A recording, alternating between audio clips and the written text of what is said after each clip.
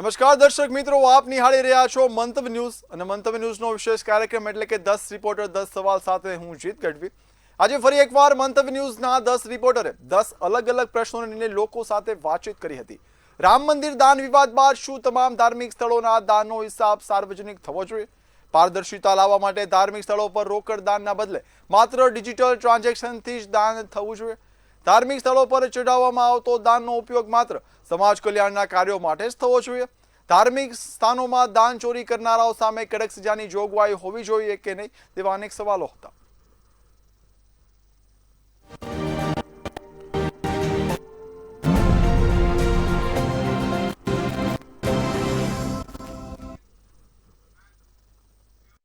ભારતમાં ધાર્મિક ટ્રસ્ટો પાસે અબજોનું દાન આવે છે, પરંતુ તેના ઉપયોગ અંગે પારદર્શિતાનો અભાવ જોવા મળે છે।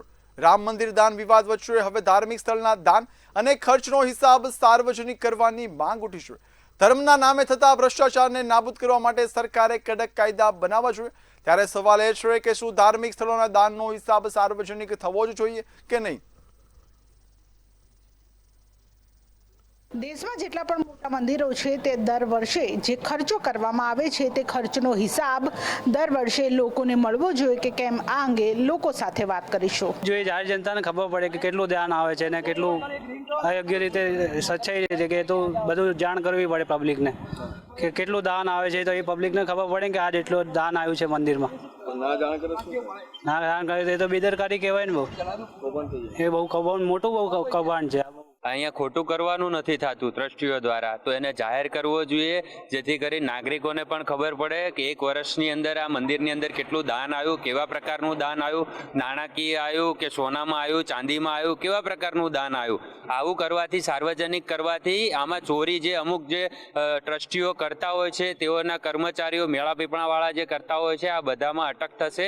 પ્રજા દાન આપે છે તો પ્રજાના બી દાન ક્યાં યુઝ થતું હોય, ક્યાં વપરાતું હોય એ પ્રજાને બી ખબર પડવી જોઈએ।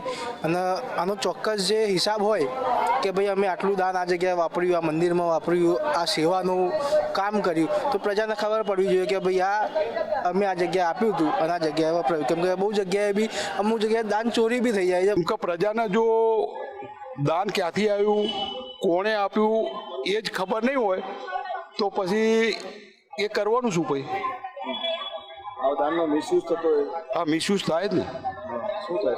આ રામ મંદિરનું જોયું ને તમે, હમણાં અમારા આર્યન પટેલ બોલ્યો એ વાત યોગ્ય જ છે। ધાર્મિક જે ટ્રસ્ટો છે આખા દેશમાં હોય કે રાજ્યમાં હોય, એ સંસ્થા રજિસ્ટર્ડ હોવી જોઈએ અને એનું ઓડિટ બી થવું જોઈએ। જો એનું ઓડિટ ના થતું હોય તો પ્રશ્ન થવાના જ છે। ઓડિટ થાય, આરટીઆઈની પણ એમાં દરખાસ્ત હોવી જોઈએ। ત્યારે ગાંધીનગર વાસીઓ કહી રહ્યા છે કે દર વર્ષે જે ખર્ચા કરવામાં આવે છે તે હિસાબ છે તે દર વર્ષે લોકોને આપવો જોઈએ, કારણ કે આવી રીતે અત્યારે જે તાજેતરમાં જે રામ મંદિરમાં ચોરીનો બનાવ બન્યો હતો તેવા બનાવો છે તે ન બને અને પબ્લિકને પણ ખબર પડે કે તેમના દાનની જે રકમ છે તે રકમનો ઉપયોગ કઈ રીતે કરવામાં આવે છે। કેમેરા પર્સન રસુન પટેલ સાથે કિંજલ બોરીસા, મંતવ્ય ન્યૂઝ, ગાંધીનગર। રામ મંદિર દાન વિવાદ બાદ ધાર્મિક સ્થળોની પારદર્શિતા પર સવાલો ઉઠ્યા છે। હાલ મોટાભાગના ટ્રસ્ટો પોતાના સ્તરે ઓડિટ કરાવે છે, જેમાં પક્ષપાતની સંભાવના રહે છે। જો સ્વાયત્ત સંસ્થા દ્વારા ઓડિટ થાય તો ભ્રષ્ટાચાર પર લગામ લગાવી શકાય। આ પ્રક્રિયાથી ધાર્મિક સંસ્થાઓ પ્રત્યે જનતાનો વિશ્વાસ વધુ મજબૂત બનશે। ત્યારે હવે સવાલ એ છે કે ધાર્મિક ટ્રસ્ટોનું ઓડિટ કોની પાસે કરાવવું જોઈએ? દેશની અંદર તમામ જે ભાઈ ભક્તો છે તે મંદિરોની અંદર દાન પુણ્ય કરતા હોય છે, પરંતુ દાન પુણ્ય બાદ તેને હિસાબ મળે છે કે કેમ, ચાલો અમદાવાદ વાસી પાસે જાણીએ। મોટા મોટા છે વિભાગો, કે આ લોકો શું એમાંથી કરોડપતિ બની ગયા છે અને અમે ત્યાંનો ત્યાં જ છીએ। અને આ લોકોનો જે છે ને, જેનો સાલ બંધનો જેટલો હિસાબ આવે છે, આ બધું હિસાબ લોકોમાં આવવા જ જોઈએ, લોકો નજરમાં હોવો જ જોઈએ। ઠીક છે, આથી આટલો રૂપિયો આવ્યો છે કા વર્ષમાં, એટલે અમને ખબર પડે। ક્યાંક ને ક્યાંક એવું દેખાઈ રહ્યું છે કે પોતાના મળતિયાઓને ફાયદો પહોંચાડવા જે પણ દાન પેટી કે કોઈ ટ્રસ્ટમાંથી પૈસા આમ તેમ કરવામાં આવે છે, એની સરકારને તો ખબર જ હોય, એ 100%ની વાત છે। કારણ કે એમ ગમે એવા મોટા કૌભાંડોમાં જો સરકાર ઇન્વોલ્વ ન હોય તો એ પકડાય, એ 100%ની વાત છે। ધાર્મિક સંસ્થાઓ છે તેમનું ઓડિટ થવું જોઈએ, ખાનગી રીતે થવું જોઈએ ઓડિટ। એનું કારણ એ છે કે ચોરી જે થાય છે કે એમાં કોના કોના કૌભાંડો છે એ બહાર નીકળી જાય. આપણી આસ્થા સંગાતે ચેડા થાય છે મોટા, અને ઓડિટ કરવું જોઈએ. 100% અગર આપણે આમાં દાન આપતા હોઈએ છીએ, આપણે એમની આસ્થા એક ધાર્મિક સંસ્થાઓ જોડે આપણી જોડાયેલી હોય છે, તો તેના ફંક્શનિંગ માટે ત્યાં જેટલો જે ચંદા આપતો હોય, ચેરિટી આવતી હોય, તેની ઉપર આપણે ઇન્સ્પેક્શન થવું જોઈએ, એની ઓડિટ રિપોર્ટ્સ થવી જોઈએ. હા, એને જાહેર કરવું જોઈએ, એના આરટીઆઈ એક્ટ હેઠળ પબ્લિકમાં લાવવું જોઈએ, પ્રોએક્ટિવ ડિસ્ક્લોઝર કરવું જોઈએ. દાન કરતા હોય બરાબર, તો હવે જે વર્ષ જેવું પૂરું થવાય તો જે મંદિરમાં એનો હિસાબ છે ને એ પબ્લિકમાં આપવો જોઈએ. એમને દર વર્ષે થાય એટલે એમને પબ્લિકમાં જાહેર કરવો જોઈએ કે આ વખતે આ વર્ષે મેં આટલું દાન આવ્યું છે. એટલે એનાથી શું ફાયદો થાય? એમનો ફાયદો તો થાય ને, આપણે ખબર પડે કે મંદિરમાં શું ચાલે છે શું નહીં ચાલતું. તો જે પ્રમાણે તમે જોયું કે તમામ જે લોકો જેની માંગ છે કે મંદિરોની અંદર, ખાસ કરીને ધાર્મિક ટ્રસ્ટોની અંદર જ્યાં કરોડો રૂપિયાનું સોના ચાંદી અને રોકડ આવે છે, તમામનું ઓડિટ થવું જોઈએ, તેનો રિપોર્ટ છે તે બહાર આવવો જોઈએ, અને સાથે સાથે લોકો જે દાન પુણ્ય આપી રહ્યા છે તેનો હિસાબ જે છે સમયાંતરે આપવો જોઈએ, તેવી તેઓ માંગ કરી રહ્યા છે. કેમેરામેન રશ્મિન પટેલ સાથે મીર દુધરેજિયા, મંતવ્ય ન્યૂઝ, અમદાવાદ. રામ મંદિર દાન કૌભાંડને લઈ ધાર્મિક સંસ્થાઓમાં રોકડ વ્યવહારો પર નિયંત્રણ લાવવાની માંગ ઉઠી છે. રોકડ દાનમાં નાણાકીય ગેરરીતિ અને પારદર્શિતાનો અભાવ જોવા મળે છે, જ્યારે યુપીઆઈ કે નેટ બેન્કિંગ દ્વારા અપાતા દાનનો હિસાબ બેંકમાં રહે છે. ડિજિટલ પેમેન્ટને પ્રોત્સાહન આપવાનો ભક્તોનો વિશ્વાસ મજબૂત બનશે. ત્યારે હવે સવાલ એ છે કે ધાર્મિક સંસ્થાઓમાં રોકડ વ્યવહારો પર રોક લગાવવી જોઈએ કે નહીં. ભારતના તમામ મંદિરોની અંદર કરોડોથી પણ વધારે રૂપિયાનું દાન છે તે દાન આવતું હોય છે. તે દાનને લઈને અલગ અલગ પ્રકારની જે ચોરીઓ છે તે ચોરીઓ થવાના કિસ્સા પણ છે તે ક્યાંક ને ક્યાંક સામે આવે છે. પરંતુ જો વાત કરવામાં આવે તો જે પ્રમાણે દાન છે તે દાન હવે ઓનલાઈન લેવામાં આવે, અથવા તો જે પ્રમાણે જે પરિસ્થિતિનું નિર્માણ થાય છે તે પરિસ્થિતિનું નિર્માણ ના થાય, તેને લઈને અમદાવાદવાસીઓ શું કહી રહ્યા છે, આવો આપણે જાણીએ. देखते हुए क्योंकि जो मंदिर मस्जिद में जो चोरी की घटनाएं बार बार आती है, इससे तो ऑनलाइन जो हो तो सही ही होगा, क्योंकि इसमें चोरी की समस्या ही नहीं होगी. और बहुत सारे ऐसा है जो ચોરી और ये सब नहीं हो पाएगी. એમને ડાયરેક્ટલી ક્યુઆર કોડ મૂકીને એ કરવું જોઈએ, તો ડાયરેક્ટલી એમનું લાગે કે હા ભાઈ અમે દાન સહી જગ્યા વ્યવસ્થિત જગ્યાએ ગયું છે આપણું, બરાબર છે. ને આ ચોરીઓ થતી હોય છે મંદિરોની અંદર છે કે ધાર્મિક કોઈ બી સ્થળોમાં, તો આપણે આવી રીતે એ થાય છે વધારે. એટલે જે કામ કર્યું છે એ વ્યવસ્થિત થાય આપણું. ધાર્મિક લોકોનો જ્યાં આસ્થાનો વિષય જ્યાં જોડાયેલો છે એ જગ્યાએ જ્યારે ચોરીનો બનાવ બને ત્યારે ખૂબ દુઃખદ છે.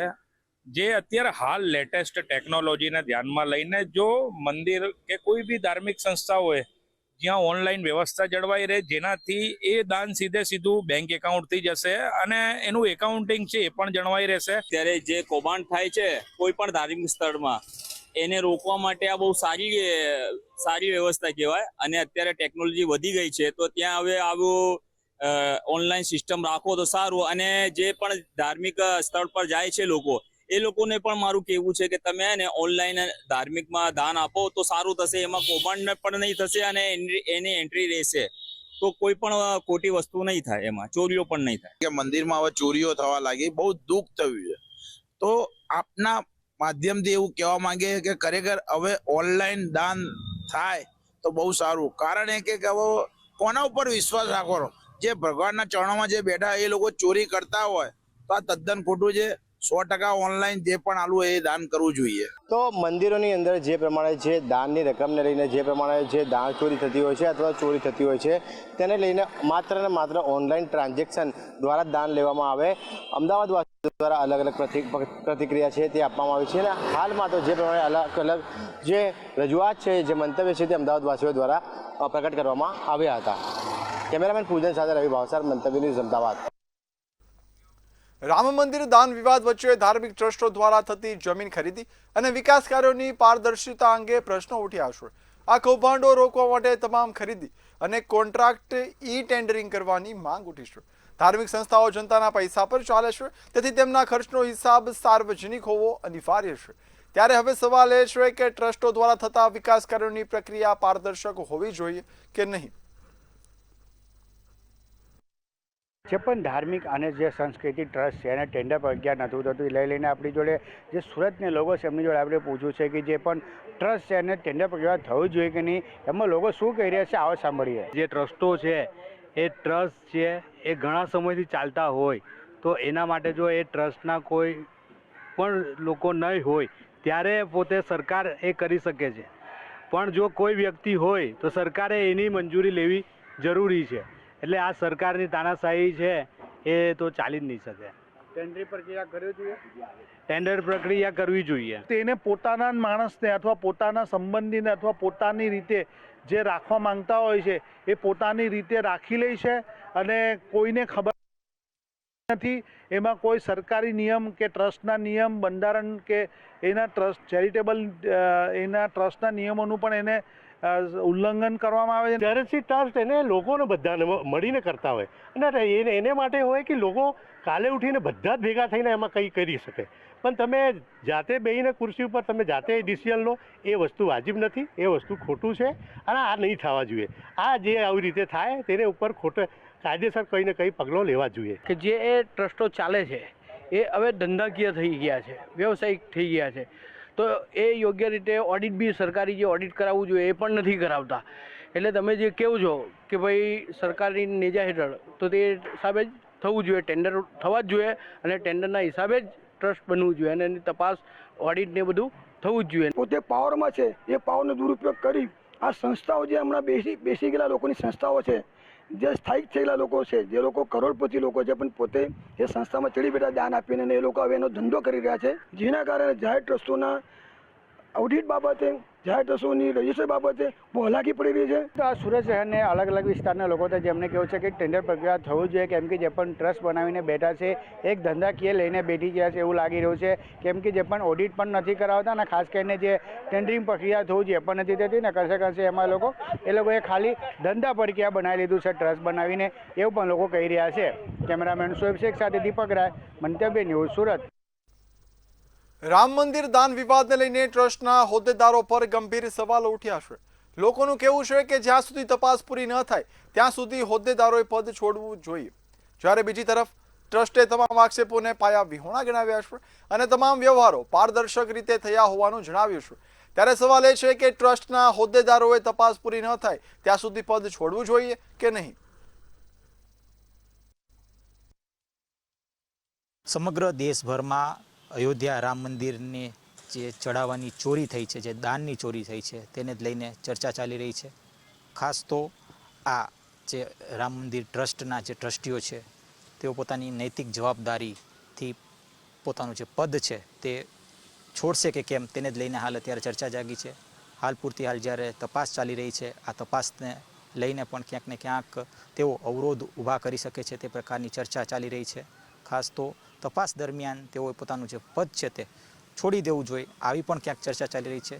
ત્યારે આ મામલે રાજકોટ વાસીઓનું શું કહેવું છે આપણે જાણીએ. જ્યાં સુધી આ વિવાદને બધું ચાલી રહ્યું છે તો એવી પરિસ્થિતિમાં જે હોદ્દેદારોના બધા છે એમને મારી દ્રષ્ટિએ પદ છોડવું જોઈએ. બધું જોતા એવું લાગે છે પદ છોડવું જોઈએ તો એમને ખબર પડે કે જે એ સાચા હોય તો એ નિર્દોષ જાહેર થઈ જાય અને દોષી હોય તો એ તપાસ ચાલુ થાય ત્યાં લગી ખબર પડી જવાની છે.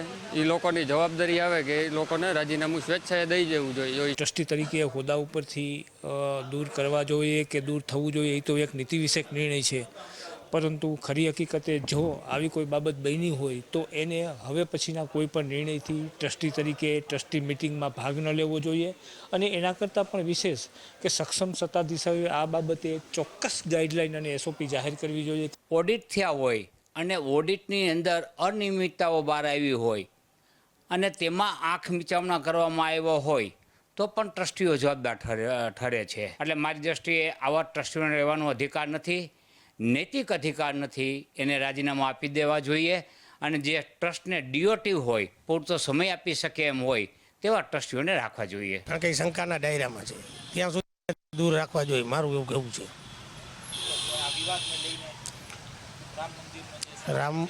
રામ મંદિરના વિવાદને લઈને આસ્થાનું પ્રતીક છે, એમાં જો આવું થતું હોય એ વ્યાજબી નથી. ટ્રસ્ટીઓને મારું એવું કહેવું એને દૂર રાખવા જોઈએ. ખાસ તો અત્યારે જ્યારે જે કહી શકાય કે તપાસ ચાલી રહી છે ત્યારે તેના જ વચ્ચે જે ટ્રસ્ટીઓએ પોતાની જે જવાબદારી છે એટલે કે રામ મંદિરમાં તેઓ જે જવાબદારી નિભાવી રહ્યા છે તેનાથી દૂર રહેવું જોઈએ તે પ્રકારની પ્રતિક્રિયાઓ હાલ મળી રહી છે.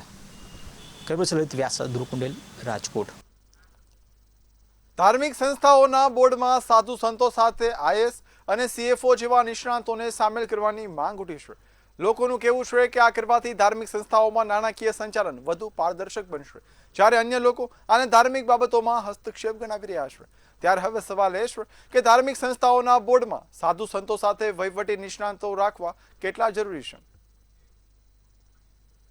નમસ્કાર મિત્રો, આ જામનગર વાસીઓ પાસેથી જાણશું કે ધર્મ સ્થળોમાં સંતો મહંતો તેમાં ટ્રસ્ટીઓ હોય જ છે, તેમ છતાં તેમાં IAS ઓફિસરો કે અધિકારીઓનો એમાં વહીવટદાર તરીકે કરવી કે શું, તે જામનગર વાસીઓ પાસે જ આપણે જાણશું. જો આ ભ્રષ્ટાચાર અટકાવવો હોય તો આવી રીતે વહીવટદાર સરકારી પ્રતિનિધિની નિમણૂક થવી જ જોઈએ. ગુજરાતના પણ બધા જ આવા મોટા ધાર્મિક સ્થાનો છે એમાં સરકારી પ્રતિનિધિની નિમણૂક થવી જોઈએ એવું મારું મંતવ્ય છે. અત્યારે જે હાલ ધાર્મિક સંસ્થાઓના જે બોર્ડમાં સાધુ સંતો તો હોય જ છે, તેની સાથે સાથે જો વહીવટી અધિકારીઓની જો નિમણૂક કરવામાં આવે તો ખૂબ જ સરળ પ્રક્રિયા થાય અને મેનેજમેન્ટ ખૂબ જ સારી રીતે થઈ શકે.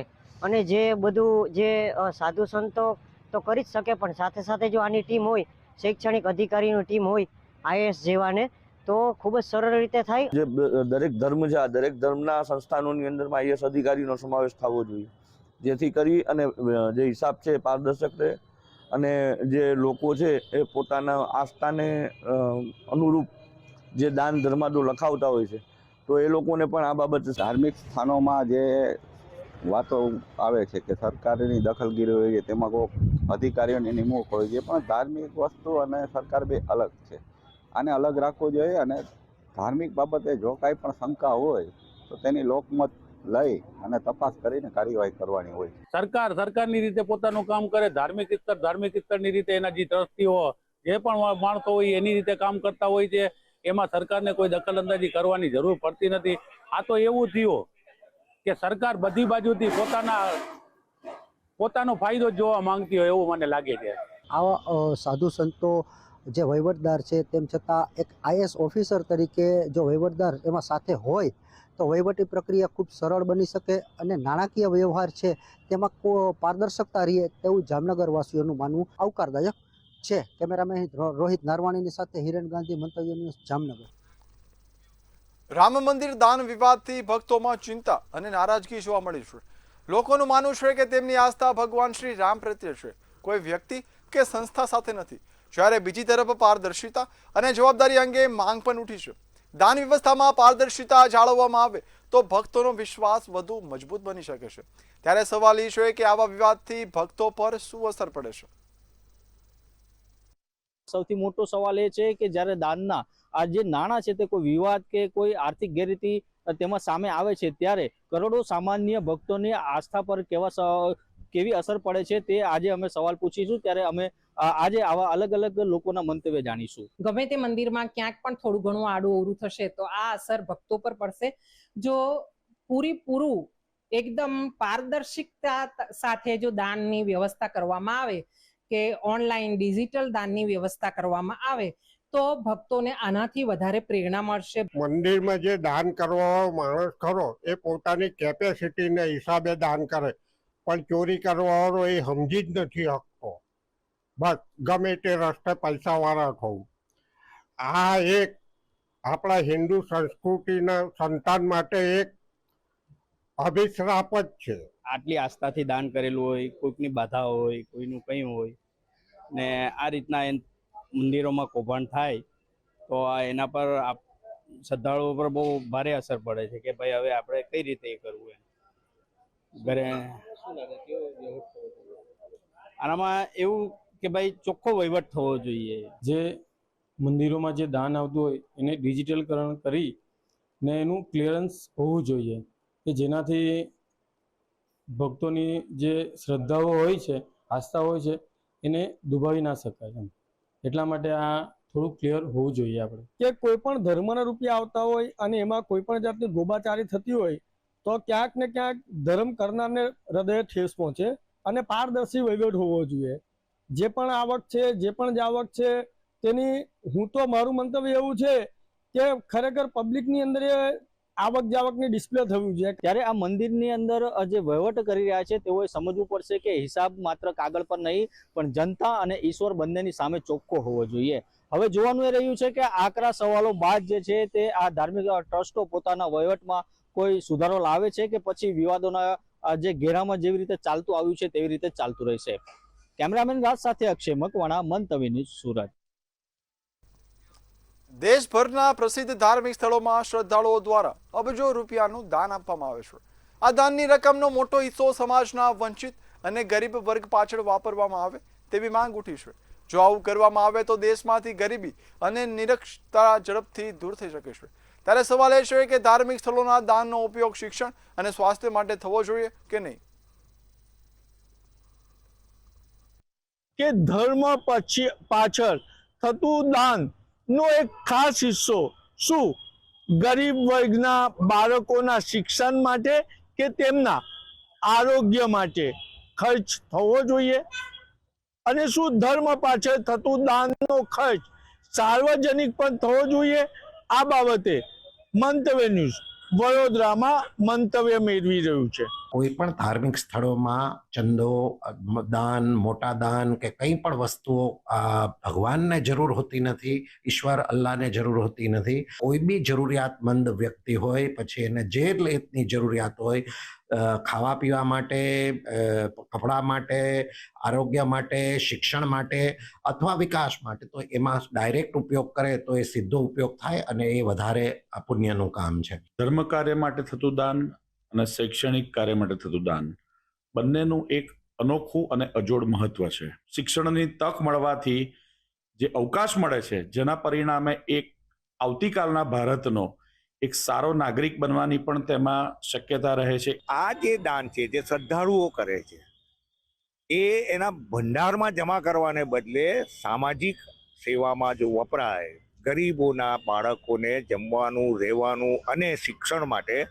એ રૂપિયા વપરાય, તો આ જે દાન કરવામાં આવે છે એ યોગ્ય રહેશે અને સાર્થક રહેશે. ગરીબોને જરૂર પડતી હોય તો એવામાં સીધા વપરાય તો એ ખૂબ જરૂરી છે. કારણ કે ઈશ્વર કે મંદિરમાં બેઠેલા ભગવાન છે એ લોકોના માટે છે.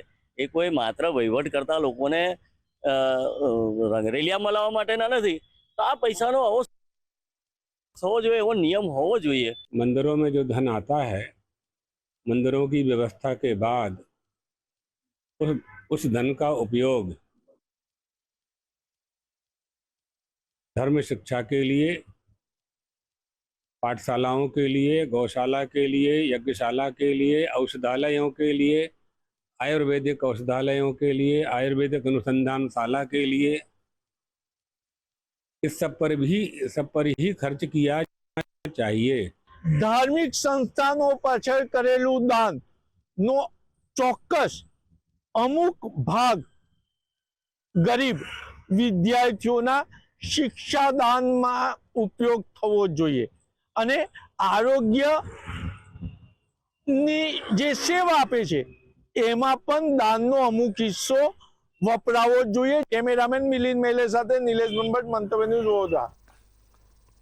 દેશના તમામ ધાર્મિક સ્થળોના વહીવટ માટે એક સમાન કાયદો હોવો જોઈએ તેવી માંગ ઉઠી છે. લોકોનું કહેવું છે કે વહીવટ માટે એક સમાન કાયદો લાગુ કરવામાં આવે તો પારદર્શિતા વધશે અને તમામ ધર્મો વચ્ચે સમાનતા જળવાશે. જ્યારે બીજી તરફ અમુક લોકો અને ધાર્મિક સ્વતંત્રતા પર તરાપ ગણાવી રહ્યા છે. ત્યારે સવાલ એ છે કે ધાર્મિક વહીવટો માટે સમાન કાયદો કેટલો યોગ્ય છે. હાલ ધાર્મિક સ્થળોના જે પણ કાંઈ વહીવટ હોય છે તેને લઈને સરકાર દ્વારા ધ્યાન દેવું જોઈએ કે પછી આ ધાર્મિક સ્થળો ઉપર કોઈ પણ જાતનો કાયદો છે તે અમલવારીમાં મૂકવો જોઈએ. તે સીધું જ આપણે ભાવનગરના લોકોને પૂછશું. ધાર્મિક મુદ્દાને લઈને અત્યારે દેશમાં ઘણી બધી ધમાસાણ ચાલી રહી છે. ત્યારે આપના માધ્યમથી હું કેન્દ્ર સરકારને એવું કહેવા માંગુ છું, ખાસ કરીને ધાર્મિક મંદિરોમાં જે ચંદાચોરની ઘટના અત્યારે દિવસે દિવસે વધી રહી છે, ત્યારે એના માટે એક સ્પેશિયલ કાયદો બનાવે એવી મારી માંગણી છે આપની સમક્ષ. ધર્મના નામના જે ધીંગાણા કરતા હોય, જે ધર્મના નામમાં ચરી ખાતા હોય, એને સખ્તમાં સખ્ત કાર્યવાહી એના ઉપર કાયદાકીય થવી જોઈએ. જે કાયદો બાબા સાહેબના બંધારણ મુજબ જે કાયદો જનતા ઉપર લાગે છે એ કાયદો બધા ઉપર લાગુ પડવો જોઈએ. જે લોકો ગેરરીતિ કરે છે એની ઉપર તો બહુ ગંભીર ગુના અને ગંભીર એની ઉપર કલમો લગાવી એને જેલ ભેગા કરવા જોઈએ. દાન ચોરી એવા પ્રશ્નો ઉપસ્થિત થઈ રહ્યા છે ત્યારે ચૂંટણી જે ટ્રસ્ટીની ચૂંટણી છે, જાહેર હિસાબો છે, ઓડિટો છે, તે સમયસર ધાર્મિક સ્થાનોના થાય તે માટે એક સરકારે ચોક્કસ કાયદો બનાવવો જોઈએ અને એ કાયદો દરેક ધાર્મિક સ્થાનો પર સમાન રીતે લાગુ પડે તે રીતનો કાયદો બનાવવો જોઈએ, જેથી કરીને કે દરેક આપણા જે ભારતમાં ધર્મો છે તે ધર્મોનું માન સન્માન જળવાઈ રહે તે રીતનો એક કાયદો હોવો જોઈએ, ખૂબ જ જરૂરી છે. બધા જ ધાર્મિક સ્થળોએ બધા જ માટે સમાન કાયદો હોવો જોઈએ, કારણ કે અત્યારે જે કૌભાંડ થઈ રહ્યા છે, ધન ચોરી થઈ રહી છે, જે સામાન્ય લોકોનું ધન છે એ બીજા લોકો લઈ જાય છે, તો એને માટે એક નિયમ હોવો જોઈએ, તે પારદર્શિતા હોવી જોઈએ, જેના કારણે બધા જે સામાન્ય લોકોના પૈસા છે એ ધાર્મિક કામોમાં વપરાય. ધાર્મિક તમામ સ્થળોના વહીવટ છે તે પારદર્શક થાય અને લોકો સમક્ષ રજૂ કરવામાં આવે તો લોકોની આસ્થા છે તે જળવાઈ રહે અને સરકારને પણ આ બાબતે ક્યાંક ને ક્યાંક ધ્યાન દેવું જોઈએ તેવું પણ લોકો દ્વારા કહેવામાં આવી રહ્યું છે. હિરેન માંડલિયા, મંતવ્ય ન્યૂઝ, ભાવનગર. ધાર્મિક સ્થળોમાં ભક્તો દ્વારા અપાતા દાનમાં ચોરી, ઉચાપત અને ગેરરીતિના કિસ્સાઓ સતત વધી રહ્યા છે. પવિત્ર સ્થળોએ થતી છેતરપિંડીને રોકવા માટે કાયદાઓમાં સુધારો કરી કડક સજાની જોગવાઈ કરવી હવે અનિવાર્ય બની છે. લોકોનું કહેવું છે કે દાનનો ઉપયોગ માત્ર સામાજિક કલ્યાણ માટે થવો જોઈએ, ત્યારે હવે સવાલ એ છે કે દાન ચોરી કરનારાઓ સામે કડક સજાની જોગવાઈ હોવી જોઈએ કે નહીં. ચંદા ચોરી કે આર્થિક ગેરરીતિ કરનારાઓ સામે સામાન્ય ગુના કરતા વધુ સજાની જોગવાઈ હોવી જોઈએ કે કેમ, તે મુદ્દે જૂનાગઢની જનતા શું કહી રહી છે, આવો સાંભળીએ. લોકમાનસમાં જે વિશ્વાસ છે એ ડગવા લાગ્યો, ત્યારે બીજા સામાન્ય ગુનાઓ કરતા ચંદા ચોરીનો જે ગુનો છે એ આર્થિક જે સજા હોય એના કરતા પણ વધારે હોવો જોઈએ અને જેથી દાખલા રૂપ સજાઓ થાય તો લોકો થોડા પ્રામાણિક બને. આજે ભય જ નથી રહ્યો તો કાયદાની સજા હોવી જોઈએ એ વાત ક્યાં છે? આમાં જ્યુડિશરીએ સ્વતંત્ર રીતે દખલગીરી કરવી જોઈએ અને આ બાબતે કડકમાં કડક પગલા લઈ અને કડક કાયદાની કાર્યવાહી થાય અને એ લોકોને એનો વિશ્વાસ બેસે એવું કરવું જોઈએ. સરકાર પ્રશાસન પાસે કોઈ એવી કડક જોગવાઈ નથી, માટે આ લોકો વારંવાર ચંદા ચોરી કરે છે અને પબ્લિકને માનસિક રીતે હેરાન કરે છે અને આ માટે સરકારે કડકમાં કડક જોગવાઈ કરવી જોઈએ કે કોઈ પણ માણસ આવી ગેરરીતિ કરે તેના માટે કડક સજા અમલ કરે તો ભવિષ્યમાં ચંદા ચોરી રોકી શકાય. જે રામ મંદિર છે કે જેના નામે આખી ભાજપની સરકાર આવી, જે ગાયના નામે સરકાર આવી, રામના નામે સરકાર આવી, આજે ગાયનો ચંદો ખાઈને જો આ સરકાર એનો ચંદો ચોરી જતી હોય, રામના નામનો ચંદો ચોરી જતી હોય તો એને કડકમાં કડક સજા થવી જોઈએ. ચંદા ચોરી અને આર્થિક ચોરી એ બહુ ગંભીર વિષય પણ છે અને ગંભીર સમસ્યા પણ છે, જે આપણા ભારત દેશ માટે આ વસ્તુ જે બહુ ખરાબ કહી શકાય છે. તો આ જે વસ્તુ છે એ કોઈ પણ જગ્યાએ ન થાય એના માટે તંત્રએ સંપૂર્ણ તકેદારી રાખવી જોઈએ. ચંદા ચોરી અને આર્થિક ગેરરીતિ કરનારાઓ સામે છે તે દાખલારૂપ સજા થવી જોઈએ અને જે કડકમાં કડક સજા કરીને સરકાર દ્વારા પણ એક દાખલો બેસાડવો જોઈએ અને જે આર્થિક જે ગેરરીતિ કરતા હોય છે તે એક પૂર્વ આયોજિત કાવતરું હોય છે તેવું પણ જૂનાગઢની જનતા દ્વારા જણાવવામાં આવ્યું છે અને સરકાર દ્વારા કડકમાં કડક સજા કરવામાં આવે તેવી પણ હાલ તો જૂનાગઢની જનતા દ્વારા માંગ કરવામાં આવી છે. હાર્દિક વાણિયા, મંતવ્ય ન્યૂઝ, જૂનાગઢ. તો હાલ 10 રિપોર્ટર 10 સવાલમાં બસ આટલું જ. ફરી એકવાર મંતવ્ય ન્યૂઝના 10 રિપોર્ટરો મેદાને આવશે અને 10 સવાલ થકી લોકોના મંતવ્યો આપ સુધી પહોંચાડશે. ત્યાં સુધી મને રજા આપો. નમસ્કાર.